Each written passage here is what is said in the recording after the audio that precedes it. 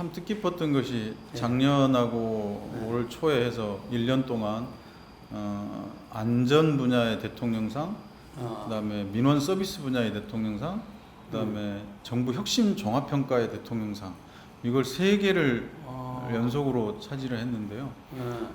저는 제가 가장 역점을 두고 있는 분야 3군데가 그렇게 받아서 너무 참 뭐랄까 보람이 있었는데요. 저는 안전 문제는 평상시에 잘 드러나진 않지만 유사시에는 생명과 직결되는 거잖아요. 그렇죠. 그래서 안전 문제를 꼼꼼히 챙기지 않으면 언젠가 큰 코 다친다.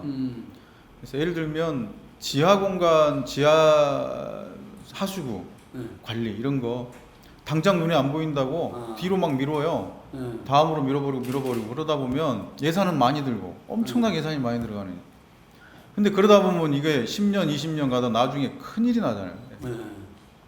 저는 하수도나 이런 거에 철저히 관리해야 된다. 그런데 눈에 보이진 않지만 그걸 불편하기만 하죠. 공사하면 막 어쨌든 이 도로를 막고 공사를 해야 되니까 주민들한테 불편을 주는데, 그렇다고 계속 미루면 이거 누가 책임지겠느냐 후대에. 안전 문제 굉장히 그렇게 중요하고 또 당장 아이들 등하굣길 안전 문제 굉장히 중요한 문제고 애 하나 낳기도 어려운 상황에 낳아놓은 애마저도 다치거나 이러면 얼마나 지금 손실입니까 사회적으로. 그래서 그런 문제라든지 노후 건물에 대한 그것도 마찬가지죠. 그것들도 저희가 안전관리가 돼야 되고, 그래서 전 분야에 대한 안전관리, 특히 화재 사고나든지 이런 거 있을 때 신속하게 대응해서 이 화재를 조기에 진압한다면 확대되지 않는 그런 시스템을 갖추는 것, 이런 게 굉장히 중요하거든요. 그래서 이런 분야에 굉장히 신경을 많이 썼고요. 우리 언론 보도 국민들이 뭐 그런 사고 날 때마다 보면 뭐 비상구가 막혀 있다든지 뭐 이런 것들을 접하거든요. 그런 부분도 기초단체에서 다 점검 사항입니까? 아니 뭐 그렇죠. 근데 이제 지난번에 보면 옥상 문을 늘 열어놔야 되는데 그게 이제 사유재산이기 때문에 이게 잘 안 된다든지 뭐 이런 게 있는데, 근본적으로 그런 일도 있지만 더 중요한 일은 화재가 발생했을 때 정확하게 파악하고 가장 빠른 시간 내에 소방관들이 들어가면 그 사고를 줄일 수 있거든요. 근데 그게 자꾸 늦어지니까 뭐 그 다음에 나중에는 이제 뭐 어떻게 됐다 이런 문제가 발생하죠. 그래서 이제 저희가 그런 시스템을 빨리 갖추는 거, 이걸 이제 저희가 지금 해낸 거고요. 그걸 해냈기 때문에 이제 대통령상 수상을 받았을 거 아닙니까? 뭐 그 과정인 거죠. 뭐 이러저러한 사업들이 종합적으로 판단이 된 거니까요. 그다음에 이제 그 친절 분야는 이건 주민들이 그 관공서를 생각할 때 민원 해결하는 곳이라고 생각하잖아요. 무슨 각종 증명서 떼고 내가 필요한 일을 해결해주고 이런 것은 결국 종합 민원인 건데, 인허가 과정 해주고 쓰레기 치우고 뭐 이런 전반적인 것이 민원인데, 그 분야에 있어서 얼마나 친절하게 잘하느냐, 이게 이제 관공서의 존재 이유라고 생각합니다. 애당초 존재 이유는 그 분야에서도 저희가 최고의 상을 받았고, 그다음에 이번에 정부 혁신평가에서는 뭐 전 분야의 이 모든 지자체를 다 평가하는 거기 때문에 거기서 이제 대통령을 받은 것도 굉장히 저희 역점 사업으로 한 것이 다 큰 상을 수상해서 되게 의미 있다 이렇게 보고 있습니다. 그때 이제 제가 뭐 제기한 게 상당히 많은 분들로부터 이제 공감을 얻어서 다른 단체장들이 이 문제를 그럼 같이 한번 의논해 보자라고 문제 제기를 저한테 굉장히 많이 해주셨어요. 뭐 문자로도 보내주시고 또 어떤 분 전화로도 해주시고 해서 뭔가 해결을 해야 되지 않겠느냐. 그래서 그때 이제 그러면 우리가 한번 의논해 보는 공론회장을 좀 만들었으면 좋겠다. 그래서 제가 제안한 복지대타협위원회 그걸 이제 실천적으로 한번 해보자는 많은 그 요청이 있어서 제안을 했더니 정말로 많은 그 호응이 있었습니다. 그래서 많은 호응이라는 구청장 참여, 말하는 구청장들. 그래서 시장군수 구청장들이 지금 시장군수 구청장 협의회에서 산하의 복지대타협위원회를 만들자. 제가 제안했던 내용이 이게 이제 총회에서 그게 전국에 총회에서 의견이 총회에서 의결이 돼서 네. 보고되고 이제 결정이 돼서 이제 복지대탑위원회를 구성하는데 저는 이걸 단체장들이 직접 참여 의사를 밝혀야 된다. 그래야 나중에 이게 실천 가능성이 있기 때문에 그래서 동의서를 다 받았습니다. 복지대탑위원회에서 그랬더니 현재 지금 200명 가까운 분들이 지금 복지대타협위원회에 참여를 하겠다라고 총 226명이거든요. 그러니까 그 중에 200명 가까운 분이 90%. 지금 참여 의사를 밝혔어요 지금까지. 앞으로 계속 받을 건데 그러면 이제 그리고 이제 저희들이 전문가를 모셨어요. 그래서 복지 쪽, 그 다음에 재정 쪽, 갈등 관리 쪽. 뭔가 제3섹터 쪽 해가지고 모셨더니 대부분 또 참여하시겠다고 전문가들이 그래서 전 재정학 회장님 그리고 전 사회복지학 회장님 그리고 제3섹터 쪽에서 뭐 임명하신 분 그리고 또 많이 아시겠지만 이상희 그 복지 사회 관련해 갖고 그 이상희 교수님 뭐 제안해줬던 소사이어티 복지 소사이어티인가 뭐 그런 쪽으로 좀 위치했던 그분도 좀 참여를 하시고 계시고 그래서 전문 자문위원들께서 폭넓게 참여해 주셔서 이제 앞으로 논의가 진행이 돼서 논의의 구성이 된 겁니까? 예, 지금 곧 이제 구성할 겁니다. 지금 이제 현재는 구성이 아직 안 돼서 곧 저희가 이제 복지대타협위원회 자문위원회 발족식을 곧 할 예정인데요. 그렇게 하고 그 다음에는 이제 이 자문위원회에서 연구가 들어갈 건데요.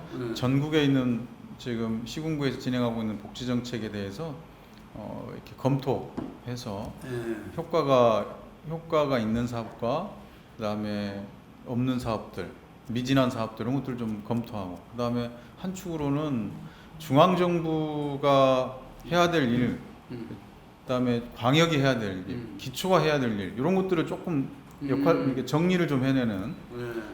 그래서 어디서 하는 것이 더 효율적인지 그런 것들을 좀 이제 모아야죠. 예를 들면 이제 내셔널 미니멈에 해당하는 그건 전국에 어디나 똑같이 진행돼야 할 일, 이건 국가에서 해야 되는 거고요.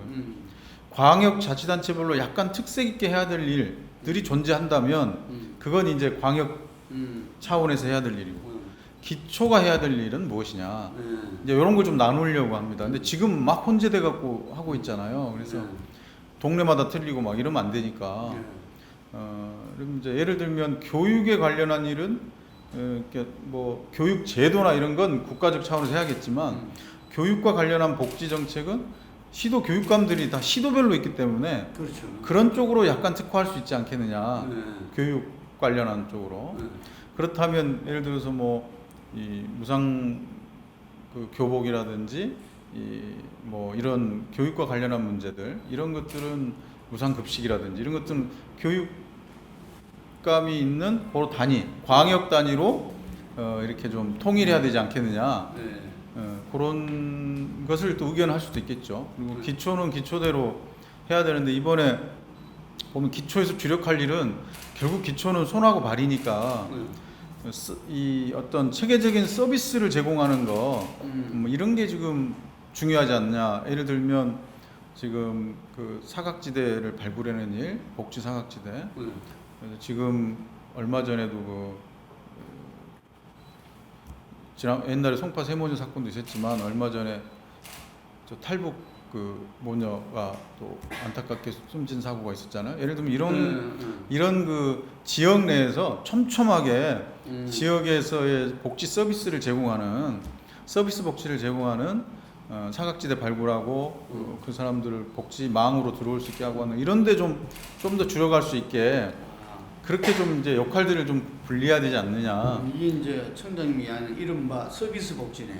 그렇죠. 서비스 복지, 뭐 현금 복지, 또 뭐 이런 것들이 나눠지고 있지만, 또 현물 복지 이런 것들이 원론적으로 나눠져 있지만 이게 이제 지금은 막 혼재돼서 진행되는데, 이 약간 그렇다고 100% 현금 복지는 중앙 정부에서 해라 이건 아니고 큰 틀에서 정부 차원에서 똑같이 진행돼야 될 일들은 이 정부에서 전담해서 해야 된다. 그 예산이나 이런 것들을. 다만 집행하는 건 결국 우리가 하겠죠. 기초에서 하겠지만 그런 문제에 대한 예산 문제나 이런 것들을 좀 나눴으면 좋겠다 해서 이게 지금 진행이 되고 있습니다. 근데 아까도 말씀드렸지만 대부분은 90%에 가까운 단체장들이 흔쾌히 참여했다고 하는 건 지금 그만큼 문제의식을 느끼고 있다는 거거든요. 그래서 이런 문제에 대한 이제 우리 나름의 어떤 합의를 이루어낸다면 상당히 의미 있는 일이고 이건 서양에서도 오랜 시간을 거쳐가면서 이게 만들어진 거고 일본 같은 데도 오랜 시간을 해오면서 이제 법률로 이렇게 좀 정리하는 게 있거든요. 다들 그렇게 지금 정리를 하고 있는데 우리는 그 지금까지 계속 위에서부터 법으로 정해서 아래로 내렸지만 이제 우리 이번엔 거는 우리가 나서서 만들어 나가는 그 상향식으로 하는 어떤 그런 대타협의 사례가 되지 않을까. 이게 되면 이제 저희가 결정한 내용을 중앙정부에서는 제도화해주면 그러면 된다 이렇게 지금 생각하고 있습니다. 중구청장으로서는 네. 선거 공약이었고 네. 그건 지킬 수 있다고 생각합니다. 그러니까 이제 그건 그렇게 갈 수 있다고 보는데 문제는 이제 그런 일들이 지금 현 상태에서는 그렇게 가고 있는 거잖아요. 근데 우리가 이게 이제 갈등적인 요소도 고민해야 된다. 이게 차이 정도인지 차별인 건지 이런 것들에 대한 고민들이 필요하다. 그래서 이 차이는 이때 차별은 없는 복지 이런 것을 하려면 그런 전반적인 틀이 갖춰져야 된다라고 생각합니다. 근데 그런 틀이 지금 안 갖춰 있고 그런 상황에서는 단체장들이 자치 복지권이 있으니까 저렇게 하는 것에 대해서는 그것을 비난할 수는 없는 거죠. 그래서 저는 뭐 중구를 비난하는 게 아니고 현재 틀에서는 저럴 수 있지만 앞으로 이게 계속 가서는 안 되지 않냐. 그래서 뭔가 우리가 장기를 내다보면서 우리가 틀을 만들어야 된다.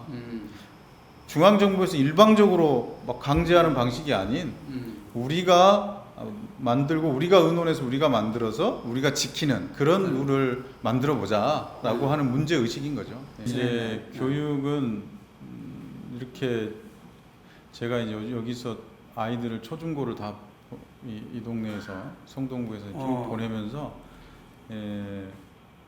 이제 초등학교 고학년이 되고 중학생이 되면 막 이사를 가요. 강남이나 그렇죠. 송파나 이쪽으로. 그게 왜 그냥 교육 여건이 안 좋으니까 이사를 가는 거예요. 그러니까 애들끼리 막 이렇게 막 이별을 하면서 뭐 막 슬퍼하고 막 이제 그런 걸 보면서 최소한 교육 그 동네에 지방자치를 하면서 뭐가 부족해서 동네 사람들이 이게 부족해서 떠나는 일은 없어야 된다. 뭐든 그게 교통이 됐든 복지가 됐든 교육이 됐든. 근데 이제 성동구 교육 때문에 많이 떠나는 경향이 많았죠. 그래서 이걸 줄이는 것이 교육 때문에 이사 가는 일이 없도록 만드는 것. 이게 이제 우리 성동구의 굉장히 중요한 문제이고 이 핸디캡을 극복한다면 성동구는 아주 살기 좋은 곳으로 바뀔 것이다라고 저는 이제 생각을 해왔고 그걸 이제 선거 과정에서 주요한 이슈로 제출도 했었고 많은 분들이 호응도 해주고 그래서 그러려면 저는 이제 계기가 필요하다. 뭔가 우리 성동구의 교육도 바뀔 수 있다. 그런 계기를 만들어야 된다고 생각해서 교육특구를 정부로부터 지정받겠다 해서 이제 교육특구를 지정을 받았고 교육특구 계획에 따라서 지금 많은 예산을 교육 쪽으로 투자하고 그래서 변화를 많이 해왔습니다. 그래서 지금은 일단 얼마 전에 발표된 거에 보면 과거에 10년 전에 비해서 중학생들이 전학 가는 비율이 예전에 25개국에서 24위였어요. 그러니까 그 전출입 비교가 그러니까 24등. 그러니까 엄청나게 많이 빠져나간 거죠. 근데 작년 기준으로 보니까 10위로 올라왔더라고요. 10위. 예, 24위에서 10위로. 그러니까 이제 중간은 더 올라간 거죠. 예, 근데 그 완전 꼴등 입장에서 지금 10위까지 올라간 거. 저는 이제 앞으로 좀 더 올라가리라고 보고 그래서 뭐 상위권 정도만 형성이 된다면 저는 어느 정도 이건 다 했다라고 보는데 그래도 지금 현재 10이니까 그래도 뭐 5, 6위 정도까지는 가줘야 되지 않겠습니까? 그래서 그런 정도를 목표로 구체적 데이터 목표를 갖고 있습니다. 중학교 학생들. 어떤 변화가 있은 겁니까? 일단 교육에 대한 투자를 많이 하고 주민들이 네. 성동구 교육이 바뀔 수 있다라는 걸 이제 인식한 거죠. 예를 들면 초중학교는 시설을 개선을 많이 할 수 있도록 1인당 아이들한테 지원되는 교육비가 서울에서 첫 번째 아니면 두 번째 정도로 계속 늘 지원을 해왔습니다. 5년간. 그러니까 학교가 계속 바뀌고 있죠. 시설이 좋아지고 아이들이 학교 생활이 좀 쾌적해지고 여러 가지 교육 여건이 개선이 되는 거죠. 그리고 고등학교에다가는 비교과 교과 프로그램들을 지원할 수 있는 그런 것들을 좀 지원을 해서 많은 학생들이 공부에 하는 도움이 될 수 있게 하고 또 대입이나 이런 거에 도움을 주기 위해서 입시 진학 상담실을 저희가 전국 최초로 도입을 해갖고 지금 입시 진학에 대한 걸 지도를 해주고 있잖아요. 그리고 컨설팅도 해주고. 그거를 상시로 두고 있다는 거죠? 네. 구청이요? 예. 그래서 요게 지금 유행이 돼서 막 구청마다 퍼져가고 있어요. 예. 저희가 최초로 도입을 한 건데. 그래서 그런 것들이 이제 모아져서 성동구 교육도 바뀐다. 그래서 중학교까지는 지금 이제 굉장히 좋아졌다라는 것이 공동적으로 좀 생각하는 거고. 이제 고등학교 문제가 남아 있는데 이 고등학교 문제는 중학교가 좋아지면서 저절로 저는 해결이 되리라고 봅니다. 어느 정도 생각합니다. 그래서 지금 그렇게 계속적으로 앞으로도 더 고등학교에 투자도 하고 초등학교에 투자하고 또 우리가 체험학습센터를 10개를 만들었거든요. 분야별 체험학습센터를 4차 산업혁명 체험학습센터, 후에다가 예, 자동차 체험학습센터, 그다음에 신환경 재생 산업 체험학센터 뭐 이런 것들 문화예술 체험학센터 이런 것들 쭉 만들어서 그 중학교 아이들이 체험학습을 할 수 있는 초중학교 아이들이 체험학습을 할 수 있는 그런 공간들을 만들어서 하는데 지금 4차 산업혁명 체험학습센터만 해도 한 2만 명 정도의 아이들이 계속 하고 있습니다. 그래서 굉장히 많은 인기를 갖고 있는데요. 이제 그런 것이 전부 영향력을 미치는 겁니다. 교육 여건 개선에. 그래서 결국 아까 말했던 지표로 10년 전에 그 전출입 차이가 24위였는데 이제 10위까지 올라간 그런 짧은 시간에 획기적인 개선을 이루어지고 앞으로 더 좋은 걸로 나아갈 거라고 지금 생각하고 있습니다. 지금 이제 뭐 말씀드린 알고 계시겠지만 이 어린이집까지는 저희가 이제 60%를 공보육으로 지금 해결을 하고 있는 전국에서 가장 높은 비율인데요. 그래서 어린이집 구립 어린이집이 보육률이 전국 최고인데 이 보육률은 이제 학부모 입장에서 보면 어린이집까지는 괜찮은데 이제 애가 초등학교를 가면 일찍 끝나잖아요. 일찍 끝나면 이제 얘네들이 와서 갈디가 돌봐줄 사람이 없으면 결국 그래서 부모가 애가 초등학교 갈 때 그만두는 경력 단절이 생기는 건데 아니면 이제 학원을 그냥 뺑뺑 돌리든지 그 부모 올 때까지 비용이 많이 들거나 그것도 불안하거든. 결국 그래서 돌봄이 필요한데 방과후 돌봄. 첫 번째는 일단 학교에서 방과후 돌봄을 오후 7시 정도까지 부모가 퇴근할 때까지 돌봐주면 최고로 좋다라고 보는데 어렵잖아요. 예, 교육청에서 지금 교장 선생님마다 좀 틀려서 그런 문제가 좀 있고요. 그러면 지역사회가 이 돌봄, 방과후 돌봄을 좀 해결해 줘야 된다.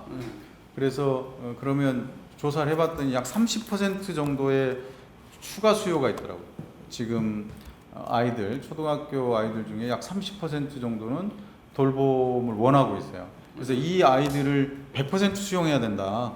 그래서 지금 이제 그 수용 계획을 세워서 2022년까지는 돌봄 수요의 100%를 해결하겠다 해가지고 저희가 지금 돌봄 교실들을 쭉 만들고 있는데요. 학교에서 하겠다고 하면 너무나 좋고 안 되면 이제 각 그 종교 시설이라든지 아파트 단지, 그 아파트 단지의 유휴 공간들이 요즘 새로 생긴 아파트들 많거든요. 그런 공간을 제공해주면 저희가 돌봄 교실을 꾸려서 교사를 파견해서 그 지역에 있는 아파트와 그 다음에 인근에 있는 주민들의 아이들을 거기서 케어를 하겠다.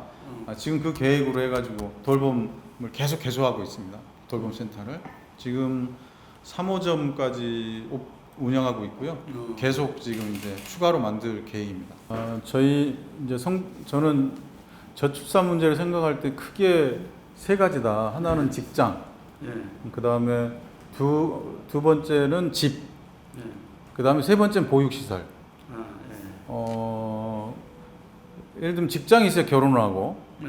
또 집이 있어야 이제 결혼을 한다 이거죠. 예. 근데 결혼을 하면 이제 얘를 낳을 거냐 말 거냐 이제 보육시설입니다. 그 다음에 근처에 이제 보육시설이 잘 돼 있느냐 안 돼 있느냐.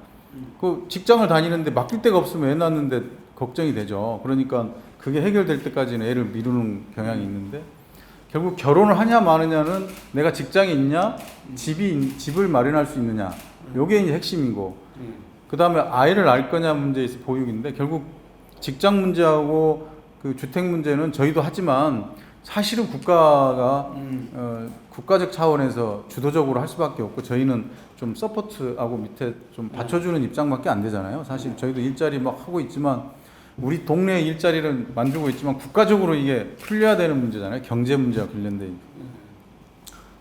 그래서 이 두 가지는 오히려 중앙정부에서 주도적이고 또 광역이라는 데 하는 문제. 그러나 보육 문제는 지방정부에서 주도할 수밖에 없다. 지방정부의 의지로 충분히 가능한 일이고 지방정부 예산으로도 가능한 일이다. 그래서 그렇기 때문에 저는 우리가 할 수 있는 일인 어린이집, 구립 어린이집 만드는데 최선을 다했고요. 그것도 예산만 갖고 하는 게 아니고 예산이 안 드는 방식으로 이렇게 쭉 만들어 왔습니다. 예를 들면 저 아파트 단지에 그 유해시설 그 공간을 제공해주면 우리가 그 아파트에 구립 어린이집을 만들어서 해주면 그 아파트도 좋고 우리도 좋고 그렇게 해서 지금 무상으로 쭉 해가지고 그걸 한 30개 이상을 만들었습니다. 그렇게 어린이집을 어린이집 하나 짓는데 2, 30억 드는데 그런 방식으로 하면 2, 3억이면 짓습니다. 그러니까 굉장히 하나 질 때 저희는 10개를 진 거죠. 그동안 그런 식으로 해와서 했는데 그러다 보니까 저희 성동구에 아이 키우기 좋다라고 소문이 났어요. 그리고 이제 구립 어린이집도 많은데다가 어린이집 종사자들께 대우나 이런 혜택들이나 시스템 이런 것들이 좀 잘 갖춰져 있습니다. 그래서 그런 소문이 나서 어린이집 교사들도 성동구에서 와서 하려고 그러고 그러다 보니까 당연히 그 성동구에는 아이 낳기 좋은 곳, 키우기 좋은 곳 이런 이제 얘기가 돈 거죠. 그러니까 지금 출산율 1위가 됐죠. 저희가 서울에서 2년 연속 1위가 얼마죠? 0.9 그래도 이제 1이 안 되니까. 근데 서울에서는 그래도 1위로 어쨌든 가고 있으니까